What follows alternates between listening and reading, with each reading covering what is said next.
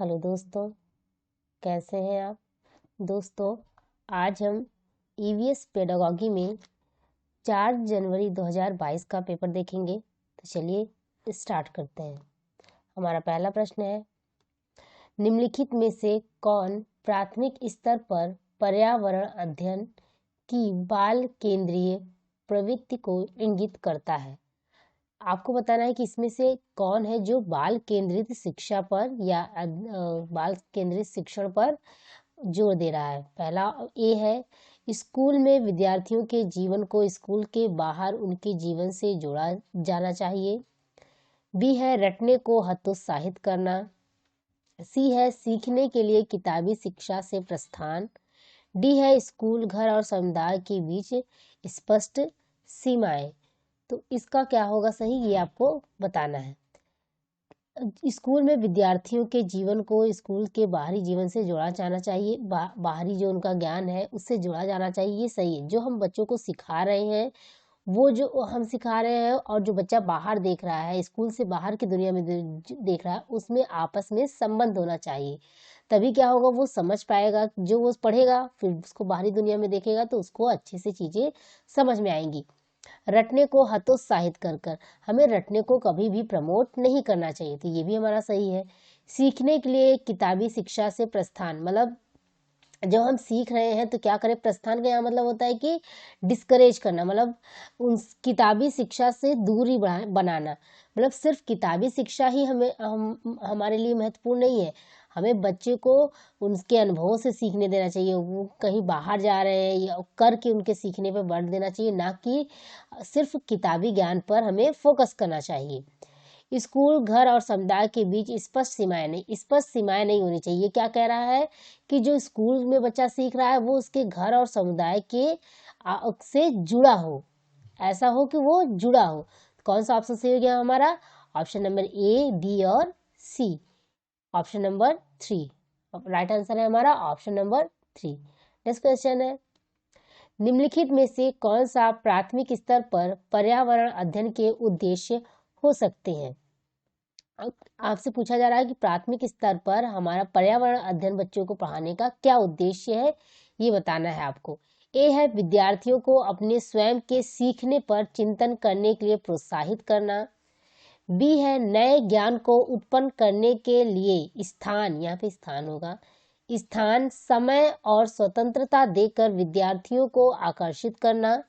सी है, विद्यार्थियों को सीखने में प्रतिभागियों के रूप में व्यवहार करना, ज्ञान के एक निश्चित निकाय के प्राप्तकर्ता के रूप में नहीं।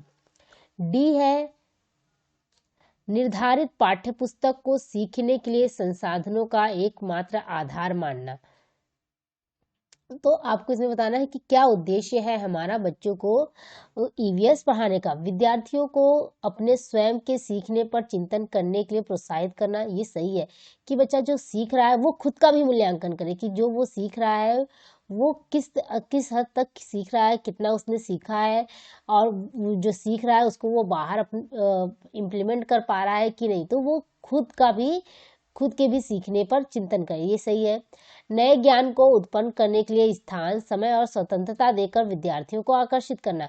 हमें बच्चों को ज्ञान का निर्माण करने के लिए उनको इस मौके देने चाहिए, उनको स्वतंत्रता देनी चाहिए कि वो चीज़ों को और एक्सप्लोर कर सके, अपने हिसाब से चीज़ों को सीख सके। उनको जब हम स्पेस देंगे तो वो बच्चे और आसानी से सीखेंगे। हमें मौका प्रदान करना चाहिए उनको, जैसे उनको हम ले जाएं किसी फील्ड वर्क पे ले जाएं, कहीं पे मान लीजिए कि आप उनको मछलियों के बारे में कुछ बता रहे हैं तो आप उस तालाब में ले जाइए उनको जहाँ पे मछली का पालन हो रहा है। तो इन सब चीज़ों से क्या होगा, बच्चे और अच्छे से सीखेंगे। विद्यार्थियों को सीखने में प्रतिभागियों के रूप में व्यवहार करना, ज्ञान के एक निश्चित निकाय के प्राप्तकर्ता के रूप में नहीं। हाँ, बच्चे क्या है वो प्रतिभागी, मतलब कि खुद को उस जो भी एक्टिविटी हो रही है उसका एक अंग मान के वो हिस्सा ले, ना कि ये सोचे कि हम बस दूर से उसको देखेंगे, उसको समझेंगे। नहीं, जब बच्चा उसमें इन्वॉल्व हो जाएगा तब वो और अच्छे से चीज़ों को सीख पाएगा। डी है, निर्धारित पाठ्यपुस्तक को सीखने के लिए संसाधनों का एक जो बुक है वो हमारे लिए एकमात्र नहीं है, मीडियम हो सकती है, लेकिन सिर्फ वही एक मीडियम है ये हम नहीं कह सकते, एकमात्र नहीं हो सकती वो। तो कौन सा ऑप्शन सही हो गया हमारा? ए, बी और सी, ऑप्शन नंबर 1। नेक्स्ट क्वेश्चन है हमारा, प्राथमिक स्तर पर पर्यावरण अध्ययन के संबंध में निम्नलिखित में से कौन सा कथन सत्य है? इसमें से आपको बताना है कि प्राथमिक स्तर पर हम बच्चे को जो पर्यावरण अध्ययन पढ़ा रहे हैं उसके लिए क्या सही है। ए है, कक्षा 3 से 5 तक पर्यावरण अध्ययन एक विषय के रूप में होगा, यहाँ पे रूप में विज्ञान, सामाजिक विज्ञान और पर्यावरण शिक्षा की अवधारणाओं और मुद्दों को एकीकृत करता है। दूसरा है, यह विषय कक्षा 1 और 2 में है और इससे संबंधित मुद्दों और चिंताओं को भाषा और गणित के माध्यम से दिया जाता है। तीसरा है, ईवीएस पाठ्यपुस्तक में प्रयुक्त भाषा औपचारिक है। चौथा है, यह एकल विषय दृष्टिकोण पर आधारित है। तो क्या है पहला ऑप्शन कि कक्षा 3 और 5 से 5 तक पर्यावरण अध्ययन का जो विषय है वो क्या है? विज्ञान है, सामाजिक विज्ञान है, पर्यावरण शिक्षा नहीं है, पर्यावरण शिक्षण है, वो शिक्षा नहीं है। हम पर्यावरण से जो जुड़े मुद्दे हैं वो हम बच्चों को इसके माध्यम से पढ़ाएंगे, ना कि पर्यावरण की शिक्षा देंगे। जो पर्यावरण से जुड़े मुद्दे होते हैं उनकी बात करते हैं यहाँ पे है क्या है, यहाँ पर्यावरण, यहाँ पे उसमें शिक्षण दिया हुआ था, टाइपिंग मिस्टेक हो गई। पर्यावरण शिक्षण की अवधारणाओं मुद्दों को नहीं हम बताएंगे। क्या बताएंगे? हम ये बताएंगे कि बच्चे जो है क्या कर, उनसे जो उनके पर्यावरण से जुड़े मुद्दे, जैसे पानी की समस्या है हमारे यहाँ, प्रदूषण की समस्या है, और हमारे यहाँ खेती कैसे होती है, ये सब हम बच्चों को सिखाएंगे। तो ये नहीं होगा। दूसरा है, यह कक्षा 1 और 2 में है और इससे संबंधित मुद्दों और चिंताओं को भाषा और गणित के माध्यम से दिया जाता है। मतलब 1 और 2 में है और 1, 2 और 2 में नहीं है। मतलब ये विषय कक्षा 1 और 2 में नहीं है, लेकिन इससे संबंधित जो मुद्दे हैं और जो चिंताएं हैं उसको हम भाषा और गणित के माध्यम से व्यक्त करते हैं। कक्षा 1 और 2 में यह एक विषय के रूप में नहीं है। ईवीएस पाठ्यपुस्तकों में प्रयुक्त भाषा औपचारिक है नहीं, अनौपचारिक भाषा का प्रयोग किया गया है। जो बच्चों की जो आम बोलचाल की भाषा है हमने उसका प्रयोग किया है, न औपचारिक भाषा का हम इसमें प्रयोग नहीं करते। यह एकल विषय दृष्टिकोण पर आधारित है। हाँ, ये सही है कि जो क्या ये कहती है कि बच्चा, इस उम्र का जो बच्चा होता है वो चीज़ों को विज्ञान या सामाजिक विज्ञान इस तरह से अलग करके नहीं देखता, वो विषय को एक मान के देखता है। तो इसलिए इसमें विज्ञान से संबंधित भी आपको मुद्दे मिलेंगे, सामाजिक विज्ञान से संबंधित मुद्दे भी मिलेंगे और पर्यावरण से संबंधित भी मुद्दे मिलेंगे। क्यों? क्योंकि उस एज तक बच्चा जो है वो अपने जो पर्यावरण है उसको एक दृष्टिकोण से देखता है, ना कि वो उसको अलग अलग करके समझता है। कौन सा ऑप्शन सही हो गया हमारा? Option number 4। नेक्स्ट क्वेश्चन है हमारा, ईवीएस की कक्षा में ईवीएस की कक्षा में निम्नलिखित में से किस एक को कम किया जाना चाहिए? मतलब ईवीएस की कक्षा में इसमें से कौन सा है जिसको आपको कम करना चाहिए?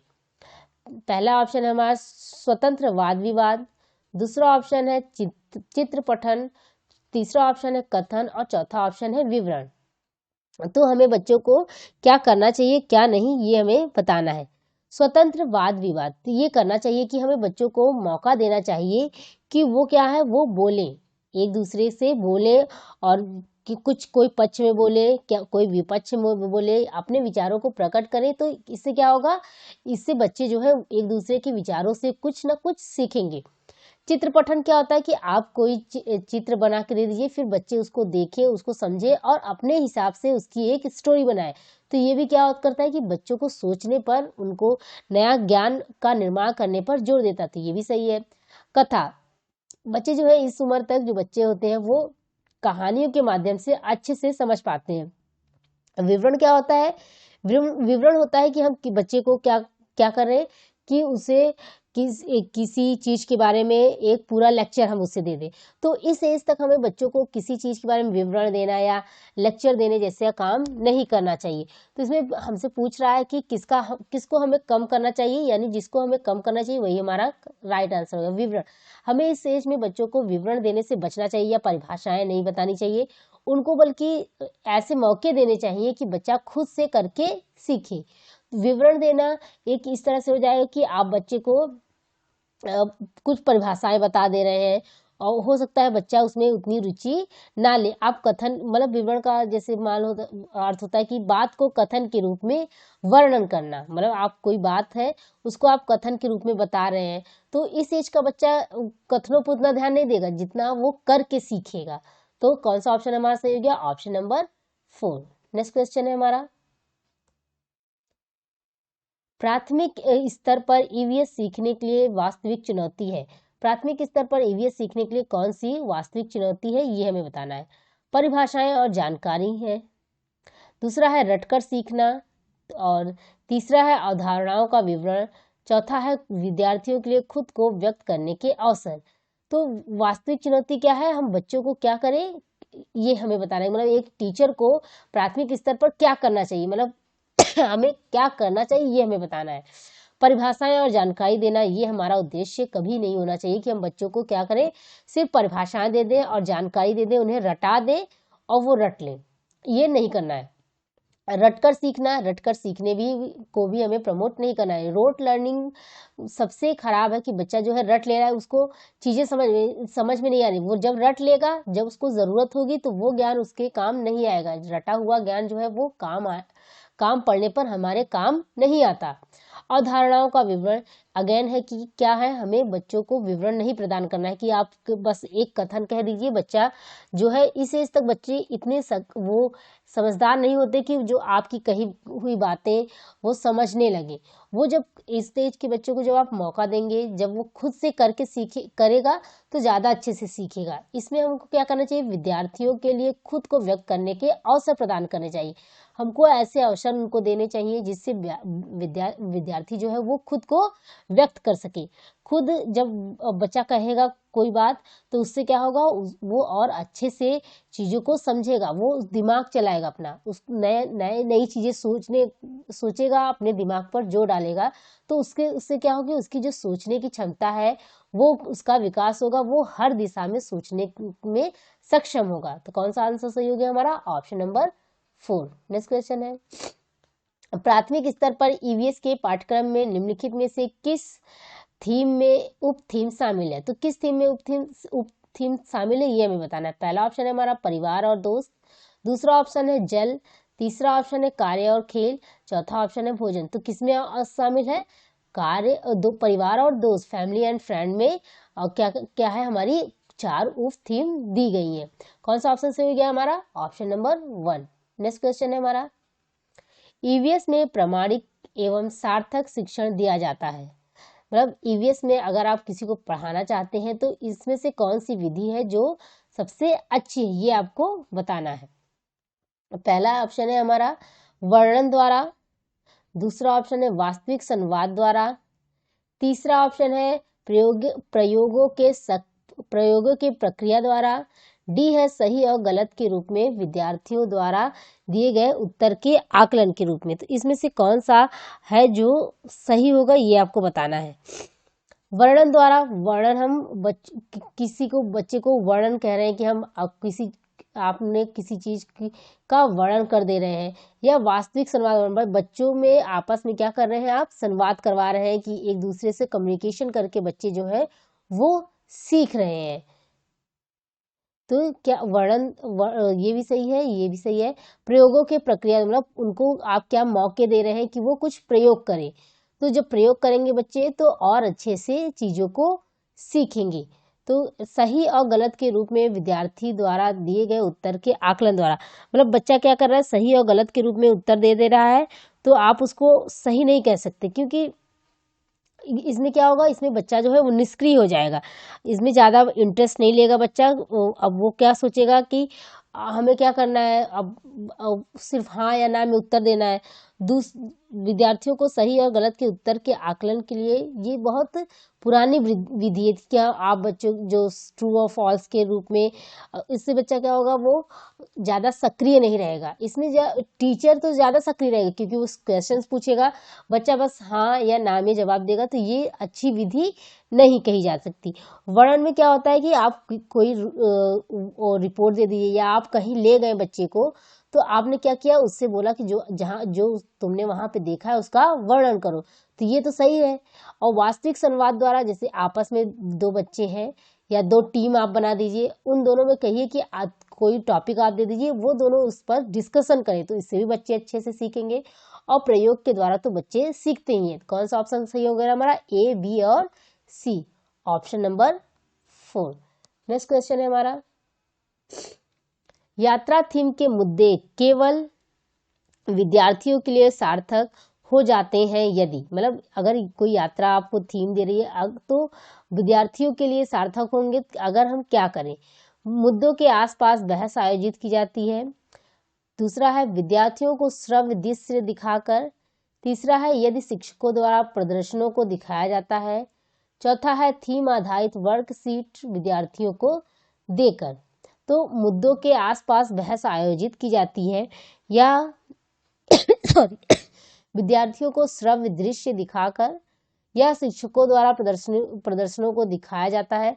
देखिए, मुद्दों के आसपास यदि बच्चे बहस करेंगे, मतलब कोई मुद्दा है यात्रा के दौरान, मान लीजिए कोई क्या कठिनाइयां होती हैं आपको, ये कोई मुद्दा है, तो अगर आप बच्चे को कहेंगे कि इस पे बहस की जाए, तो बच्चे क्या करेंगे, उसका पक्ष बताएंगे, उससे जुड़ी जो कठिनाइयां होती है उसको बारे में बताएंगे, वहां पे चीजों को आप किस दृष्टि से वहां पे देखिए ये बताएंगे। तो क्या होगा, इससे वो सीखेंगे एक दूसरे से। अगर आप कोई चीज दिखा दे रहे हैं तो वो निष्क्रिय रूप में हो सकता है देख ले और उसे समझे नहीं। शिक्षकों द्वारा प्रदर्शनों को दिखाया जाता है, मतलब शिक्षक अगर प्रदर्शन कर रहे हैं तो बच्चा जो है वो निष्क्रिय रूप से देख रहा है, तो ये भी सही नहीं है। थीम आधारित वर्कशीट विद्यार्थियों को देकर, आप थीम की कोई थीम पे बच्चे को अगर कोई वो दे रहे हैं कि ये प्रोजेक्ट या वर्कशीट तुम करके लाओ, तो हो सकता है कि बच्चा जो है उसमें भी उतनी सक्रियता ना दिखाए, जितनी वो आपस में बहस करेंगे, जब सक्रिय रूप से भाग लेंगे तो क्या होगा, वो ज़्यादा अच्छे से चीज़ों को सीखेंगे। आप जैसे कोई बच्चा बोल रहा है कि हमें क्या कठिनाइयाँ होती है यात्रा के समय, या हमें क्या चीज़ ले जानी चाहिए, हमें किस तरह योजना बनानी चाहिए, तो ये बच्चे जब आपस में बात करेंगे तो एक दूसरे का विचार समझेंगे, एक दूसरे के विचारों से वो कुछ ना कुछ सीखेंगे। तो कौन सा ऑप्शन सही हो गया हमारा, ऑप्शन नंबर 1। नेक्स्ट क्वेश्चन है हमारा, ईवीएस पुस्तकों के अलावा ईवीएस सीखने के लिए निम्नलिखित में से कौन सा एक साधन अच्छा है, ये आपको बताना है। अच्छा संसाधन हो सकता है। पहला ऑप्शन है क्षेत्र भ्रमण, दूसरा ऑप्शन है रेडियो, तीसरा ऑप्शन है विकिपीडिया, चौथा ऑप्शन है विश्वकोश। तो ईवीएस सीखने के लिए कौन सा ऑप्शन सबसे अच्छा होगा, ये हमें बताना है। तो क्षेत्र भ्रमण, क्षेत्र भ्रमण का क्या अर्थ होता है कि बच्चे जो है वो बाहर कहीं जाए और वहां से चीजों को देखें। रेडियो क्या है, रेडियो बच्चे सुनेंगे। विकिपीडिया है कि आप दे दीजिए बच्चे देखेंगे। विश्वकोश में भी क्या है कि बच्चे जो है वो देखेंगे पढ़ेंगे। तो लेकिन क्षेत्र भ्रमण में क्या होगा कि बच्चे सक्रिय रूप से भागीदारी लेंगे। जैसे मान लीजिए आप पानी की समस्या के बारे में बच्चों को बताना चाहते हैं, तो आप किसी ऐसी जगह पे ले जाइए जहाँ पानी की समस्या है, या और फिर उसके बाद कहीं ऐसी जगह पे ले जाइए जहाँ पानी पर्याप्त मात्रा में उपलब्ध है। तो बच्चे इससे क्या होगा कि बच्चे सीखेंगे कि जहाँ पानी कम है वहाँ के लोगों का जीवन कैसा है, और जहाँ पे पानी अधिक है वहाँ पे कैसा जीवन है। हमें पानी बचा के चलना चाहिए, क्योंकि भाई किसी क्षेत्र में नहीं आ रहा तो हमें ये समस्याओं का सामना करना पड़ता है। अगर हम पानी को वेस्ट करेंगे तो हमें हो सकता है भविष्य में इन परेशानियों का सामना करना पड़ सके। तो इससे क्या होगा, बच्चे और अच्छे से चीज़ों को सीखेंगे क्षेत्र भ्रमण के द्वारा। तो कौन सा ऑप्शन सही हो गया हमारा, ऑप्शन नंबर 1। नेक्स्ट क्वेश्चन है, जल थीम से संबंधित सामाजिक सांस्कृतिक मुद्दों को प्रभावी ढंग से सीखा जा सकता है। कि जल कोई थीम है, हमने बताया है ना कि हम लोगों ने पढ़ा है कि इसमें ईवीएस में क्या किया जाता है कि चीजों को थीम के आधार पर पढ़ाया जाता है बच्चों को। तो आपसे पूछा जा रहा है कि इसमें से कौन सा जो है वो सही, मतलब जल थीम पढ़ाने के लिए कौन सा इसमें से अच्छा है। ए है भूमिका निर्वाह द्वारा, बी है विद्यार्थियों के बीच वास्तविक संवाद के द्वारा, सी है क्षेत्र भ्रमण द्वारा, डी है प्रदर्शन और गृह कार्य द्वारा। तो इसमें से कौन सा, भूमिका निर्वाह द्वारा। भूमिका निर्वाह क्या होता है कि जैसे आप जैसे ड्रामा होता है, आप बच्चों को किसी को कोई कैरेक्टर दे दीजिए, वो उसको प्ले करना है। तो उसमें क्या होता है कि बच्चा जो है वो सक्रिय रूप से भाग लेता है, तो वो अच्छे से सीखेगा इसमें। आप कोई उसको दे दीजिए, कोई भी कैरेक्टर दे दीजिए, उसको प्ले करेगा तो बच्चे उससे चीज़ों को उससे जुड़कर सीखेंगे। ये भी हमारा सही हो गया। विद्यार्थियों के बीच वास्तविक संवाद के द्वारा विद्यार्थी जब आपस में कम्युनिकेशन करेंगे तो इससे क्या होता है कि बच्चे देखिए अलग अलग फील्ड से आते हैं, अलग अलग जगह से आते हैं, तो हो सकता है उसके यहाँ जो पानी से जुड़ी समस्या हो वो दूसरे बच्चे के यहाँ ना हो, और दूसरे बच्चे के यहाँ मान लीजिए जिन समस्याओं का सामना करना पड़ रहा हो वो पहले बच्चे क्या नहीं करे, तो इससे क्या होगा, वो उनका दूसरे को उसका दृष्टिकोण पता चलेगा, तो इससे क्या होगा, उनका उनकी जो सोच है उसका दायरा बढ़ेगा। वो चीज़ों को आप मान लीजिए आपको अगर पानी की समस्या का सामना कभी नहीं करना पड़ा तो आप नहीं सोचेंगे कि पानी कितनी कमी है, लेकिन जिस बच्चे को पानी की समस्या का सामना करना पड़ रहा है उसके लिए पानी बहुत बड़ी चीज़ है। तो इससे क्या होगा, इस जब आपस में बच्चे बात करेंगे, एक दूसरे से संवाद करेंगे, तो वो दूसरों का पॉइंट ऑफ व्यू, दूसरों से जुड़ी समस्याओं को भी सब समझेंगे। तो ये भी सही है। क्षेत्र भ्रमण द्वारा, क्षेत्र भ्रमण जब हम बच्चों को फील्ड में ले जाते हैं तो ये भी बहुत अच्छा एक ऑप्शन है कि हम बच्चों को इसके द्वारा भी जल थीम को सिखा सकते हैं। हम ऐसी जगह पे ले जा सकते हैं उनको जहाँ पे पानी की कमी है, या ऐसी जगह पे ले जा सकते हैं जहाँ पे लोग जैसे स्टोर करते हैं, बहुत अच्छी टेक्निक यूज़ करते हैं, पानी को स्टोर करने की जो टेक्निक्स होती हैं वो हम उनको दिखा सकते हैं। वाटर प्लांट जो होते हैं, जो वाटर प्यूरिफायर लगते हैं, हम उनको ऐसी जगहों पर ले जा सकते हैं। और प्रदर्शन और गृह कार्य सॉरी गृह कार्य द्वारा, हो सकता है जो बच्चा हो वो गृह कार्य में उतना अच्छा ना करके आया हो। आप कैसे कह सकते हैं कि बच्चे ने जो है गृह कार्य जो है अच्छे से किया हो, या सक्रिय भागीदारी उसने की है कि नहीं की है। तो गृह कार्य के द्वारा नहीं, लेकिन इन सब भूमिका निर्वाह द्वारा, संवाद द्वारा और क्षेत्र भ्रमण द्वारा हम बच्चे को जल थीम को अच्छे से बता सकते हैं। तो कौन सा ऑप्शन सही हो गया हमारा, ए, बी और सी, ऑप्शन नंबर 1। नेक्स्ट क्वेश्चन है हमारा, ईवीएस पाठ्य पुस्तकों में शामिल है। ईवीएस सीखने के लिए वास्तविक कहानियां, कथाएं और वास्तविक घटनाएं क्यों? मतलब ईवीएस पाठ्य पुस्तक में क्या दिया गया है, वास्तविक कहानियां, कुछ कथाएं और वास्तविक घटनाएं दी गई है, क्यों, ये हमें बताना है। वे सूचना और सीखने का एक समृद्ध स्रोत है। बी, वे विद्यार्थियों, शिक्षकों और समुदाय को प्रेरित करते हैं। सी, वे हमें उन अनुभवों को फिर से सीखने का अवसर प्रदान कर सकते हैं जिससे हम परिचित हैं। सॉरी। डी, वे शिक्षकों के लिए ईवीएस के शिक्षण शास्त्र को आसान बनाते हैं। ऐसा हम ईवीएस में कहानियां, कथाएं और घटनाएं शामिल की गई हैं, क्यों, ये हमें बताना है। वे सूचना और सीखने का एक समृद्ध स्रोत है, ये सही है। मतलब कि कहानियां और कथाएं जो है इससे बच्चे जो है और अच्छे से चीज़ों को सीखते हैं, रिलेट कर पाते हैं कि हाँ ये भी तो एक आम इंसान थे, इन्होंने ही तो इतना ये काम किया है तो हम भी कर सकते हैं।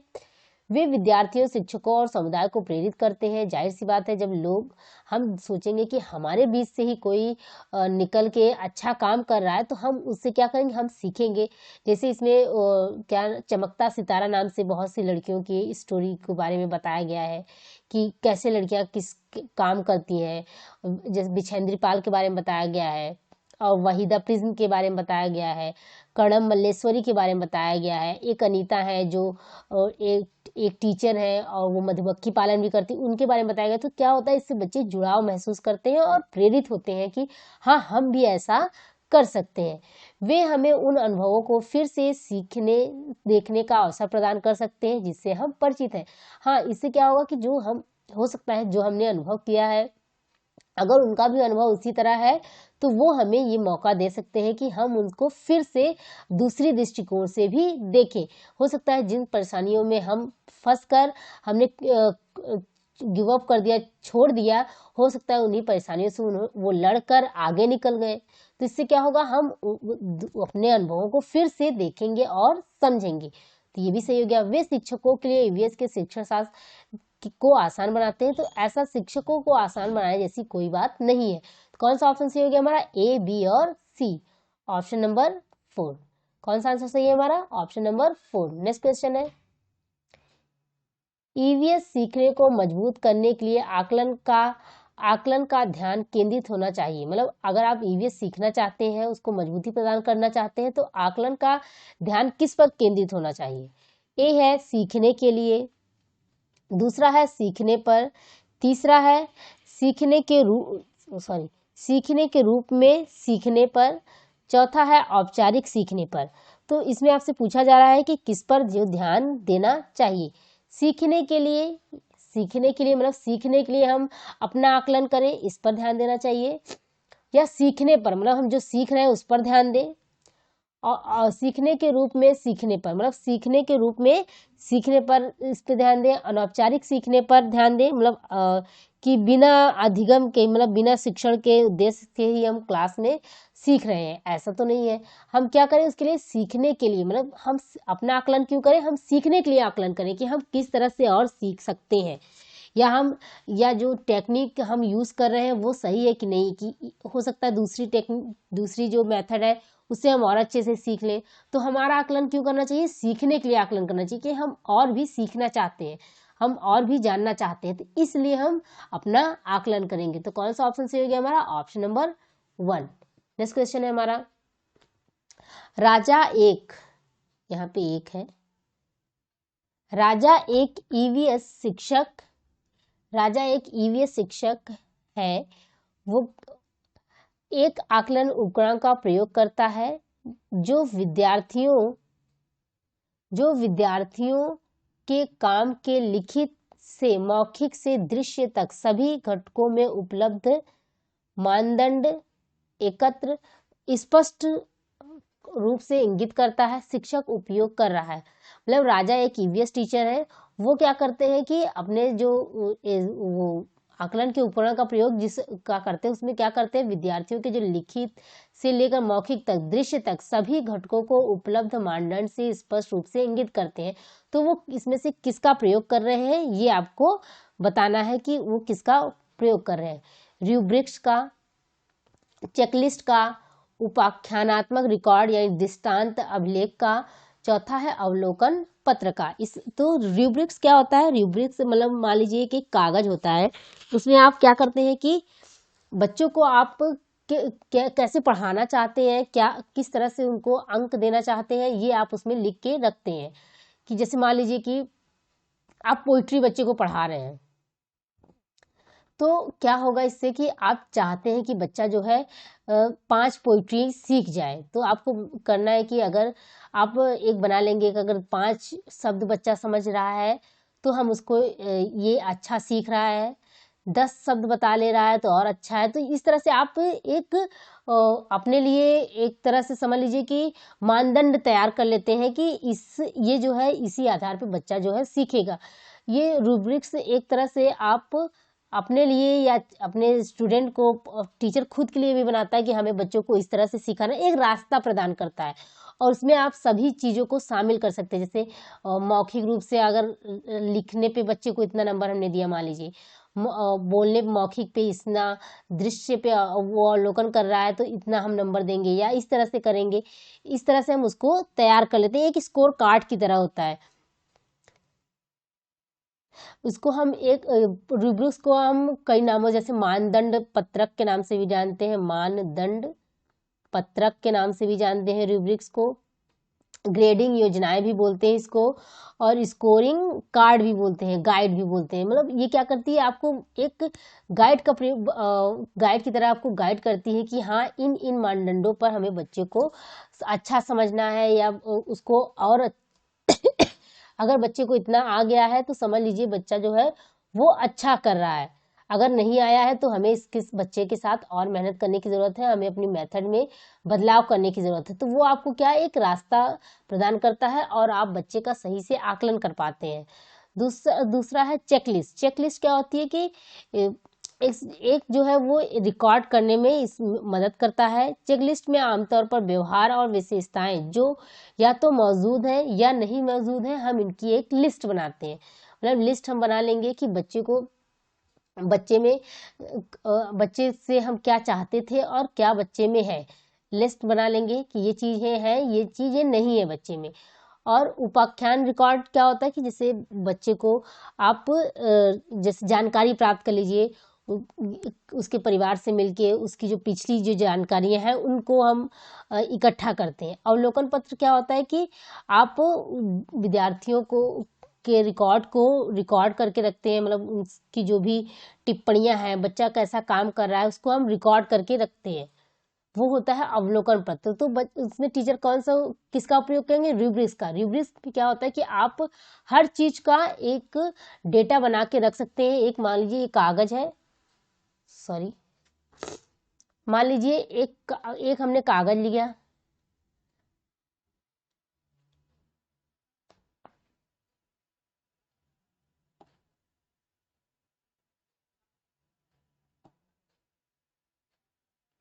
हमने एक कागज लिया। अब हमने इसमें क्या किया कि हमने लिख दिया कि लिखित में इसको इतने नंबर मिले, मौखिक में इसको इतने नंबर मिले, या जो एक्टिविटी कर रहा है एक्टिविटी में उसको इतने इतने मार्क्स मिले, वो इस तरह से प्रदर्शन कर रहा है, यहाँ पे हम उसके लिए टिप्पणी लिख सकते हैं। तो ये क्या है, ये इसमें हम सब लिख सकते हैं। तो ये क्या है, ये रूब्रिक्स के अंदर आता है। तो हम कौन सा किसका प्रयोग कर रहा है? राजा जो एक शिक्षक है वो रूब्रिक्स का प्रयोग कर रहे हैं। नेक्स्ट क्वेश्चन है हमारा, ईवीएस में आत्म आकलन, मतलब ईवीएस में आत्म आकलन क्या है ये आपको बताना है। सीखने के लिए आकलन, बी है सीखने के बारे में सीखना, सी है उपलब्धि और सीखने के परिणाम के निर्णय के बारे में सीखना, डी है सीखने का आकलन। तो ईवीएस में अगर हम खुद का आकलन करते हैं तो वो क्या है? सीखने के लिए आकलन। ये सही है कि हम सीखने के लिए आकलन करते हैं कि हम किस तरह से सीखें, मतलब हमको और किस तरह से किस मेथड का प्रयोग करना चाहिए, हमें फील्ड वर्क पे जाना चाहिए, वाद विवाद करवाना चाहिए कि हम किस तरह से सीखें। सीखने के बारे में सीखना, मतलब हम जो सीख रहे हैं उसके बारे में भी सीखें कि हम किस तरह से सीखेंगे। उपलब्धियों और सीखने के परिणाम के निर्णय के बारे में सीखना, मतलब जो हमने उपलब्धियां हासिल की हैं, जो हमने सीखा है उसका क्या परिणाम आया है उसके बारे में भी हमें सीखना चाहिए। सीखने का आकलन, मतलब कि सीखने का भी आकलन करना चाहिए कि नहीं करना चाहिए, ये हमें पता है। सीखने का आकलन तो नहीं है, लेकिन सीखने के लिए हमें आकलन करना चाहिए, खुद का आकलन। सीखने का आकलन तो कोई और करेगा ना कि हम कितना सीख पाए हैं, इसका आकलन तो कोई और करेगा। आत्म आकलन में क्या होगा, हम सीखने के लिए अपना आकलन करेंगे कि हम कितना सीख पाए हैं, और अपने सीखने के बारे में हम उसका आकलन करेंगे। और हमारे सीखने का आकलन क्या करेंगे, हमारे शिक्षक करेंगे या कोई और करेगा। तो कौन सा ऑप्शन हमारा सही हो गया, ए, बी और सी, ऑप्शन नंबर 1। नेक्स्ट क्वेश्चन है हमारा, ईवीएस का सीखना आधारित है। ईवीएस का सीखना किस पर आधारित है ये आपको बताना है। पहला ऑप्शन है सरल से जटिल के सिद्धांत पर, दूसरा है जटिल से सरल के सिद्धांत पर, तीसरा है वैश्विक से स्थानीय के सिद्धांत पर, चौथा है अमूर्त से मूर्त के सिद्धांत पर। तो ईवीएस का सीखना हमारा किस पे आधारित है, सरल से जटिल के सिद्धांत पर, और सरल के जटिल के सिद्धांत पर स्थानीय से वैश्विक, मतलब पहले बच्चा जो है वो अपने आसपास की चीजों को सीख लेगा, तब तो वो दूसरे के बारे में सीखेगा। स्थानिक से वैश्विक सीखेगा बच्चा।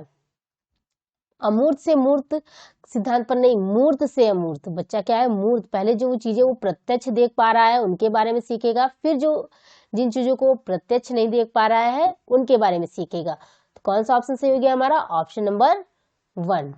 आज की क्लास में इतना ही, मिलते हैं आपसे नेक्स्ट वीडियो में। धन्यवाद।